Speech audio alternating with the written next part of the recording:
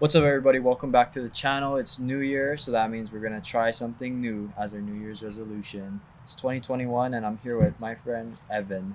Here's his Instagram, and yeah, let's get right into the video. So today we're gonna be talking about which lens should you buy next. I actually have the exact same setup as you do. We call this the Holy Trinity, where you cover all the focal lengths from super wide at 16 or 14 all the way up to 200 millimeters, all zoom lenses. And these are the three lenses right here, but I use a different lens for myself. This is the Sigma 14 to 24 millimeter versus the 16 to 35 millimeter lens. Very, very good for real estate shoots.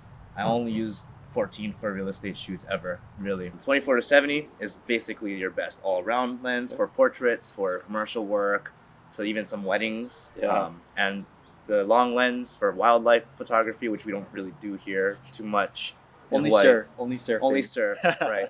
So the first lens I'm going to be talking about is my 16 to 35 f2.8 Mark II. So this is probably the greatest vlogging lens that I have ever seen. I know some people use the 10 to 18 or even I think the 18 to 55 for like the standard crop sensor lenses. Crop sensor cameras. But this lens is really great. It's wide at 16 and you can honestly use it for landscape photography as well. It's perfect, captures everything. What about you? So I decided to go a little cheaper route. I ended up buying the 14 to 24 Sigma f2.8. Start with the negatives here, okay? So it's honestly really, really heavy. I took this lens to Italy when I filmed a wedding, and my back was hurting the whole time. Number two, you can't fit an ND filter on the front because of this big glass sphere in the front. So unless you're gonna buy like a really expensive square box ND filter, you can't really buy a consumer level ND filter for this thing. Quite honestly, I would probably, if I were to go back in time now, I would probably have bought the 14 millimeter 1.8 instead. Yeah.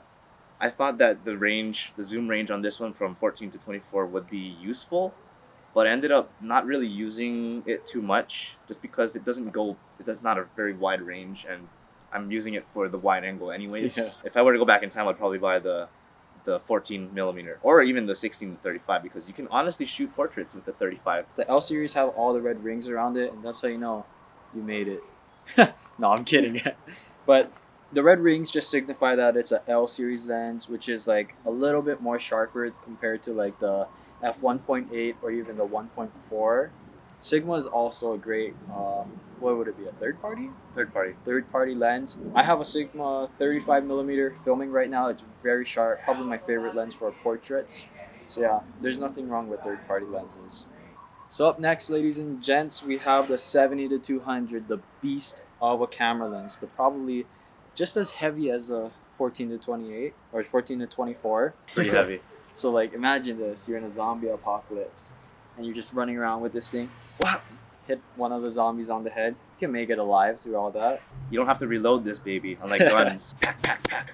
Refocus. Pack. Exactly. I actually took this up with me to Pipeline the other month and I shot bodyboarders up there. So I think 70 to 200 would be perfect, like you said, for surfing, wildlife, sports.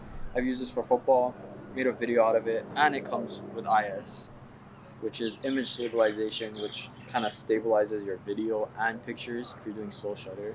It's perfect. So this lens I use I shoot a lot of interviews as well. I usually set up my two cameras set up. So the first camera, the main camera that's connected to the audio that's being transmitted through wireless lav mic. I usually have that on a 50 millimeter and a camera a little bit further back with this lens on it, like full on tight shot, so that I can cut in between the two cameras with ease. Very, very good lens for applications such as interviews, documentary styles, and also commercial interviews. Now time for our favorite lens of all. Ladies and gentlemen, the 24 to 70, the beast of a lens, do-it-all lens, Mr. All Around. So this goes from 24 millimeters to 70. It's a 2.8, and this is the Mark II. It's probably my favorite lens. I take this everywhere. If you're going on a trip, I highly recommend you get one of these. It's like the only lens you're ever going to need. It's perfect. You can still do landscape photography with it, and you can punch into 70 for that nice portraits. I'm a very practical guy, so if you're looking to open up as many options as possible, this lens alone buying this lens will probably open up the most options in terms of gigs that you can land, or styles of shoots that you can do. If you're doing video, you can do business commercial work, you can do documentaries with this lens. You can do, what else can you can do portraits, you can do Underwater. weddings, you can do underwater with this. If you're gonna buy one lens to start off with in a full frame setup, this lens will be the one. You can make the return on investment back with this lens. It's not as specialized as the other ones are, but this one will get the job done majority of the time. But depending on your clientele base, I would probably recommend you get this lens first. Depending if you're doing more like landscape or real estate gigs, you would go with the wide angle lens second. And if you're getting more weddings, more family portraits, more people, more sports, more wildlife stuff, then I would recommend you going to this, which is a little bit more expensive than these two combined. But this lens is by far the biggest opportunity opener there is. Okay, so for my personal preference, it would probably be the 24-70 first, mainly because it can do it all, and then the 16-35 because I'm a vlogger, and this would probably be last because hardly really use it. I mean, only time is if I'm gonna go up to film waves and stuff. But yeah, so lenses are like school classes. So pretty much it's like you take your broad, like what is it, prerequisites? Prerequisites. Yeah, those prerequisites. fancy It's been a while. It's been a while. So yeah, this is like pretty much what everybody's going to need. And then as you go more into your field that you want to get into, for example, if you want to do underwater, I highly recommend like a really wide angle, like a 8-15. Or if you're going to be more of a portrait photographer, I could recommend you like a 85mm, 50 or 35, which is like a prime, meaning that it can't zoom, and it's a fixed focal length, so it's a lot more. It's a tad bit more sharper, mainly because there's no moving parts in it, just a focus ring. The bottom line, you can actually do every single type of photography and videography with just these three lenses alone. Yeah, I tested out the 51.2 RF lens the other day on an R. Wow. And that bugger is sharp. It's sharp. So sharp it can cut diamonds. Oh man. Yeah, we went to the Hawaii Theater in downtown at night, and we were doing some night photography, some neon lights, and the bokeh is so smooth. The low light performance is amazing. We were shooting at 400 ISO in the dark at 1.2, so It held up? it held up. Wow. It held up, yeah. Incredibly sharp. That's if you get the focus right. Yeah.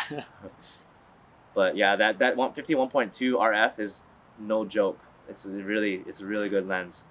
But for now, we're still on DSLRs. We're gonna keep our Holy Trinity trio here. Yep. Get the job done. Start landing some gigs.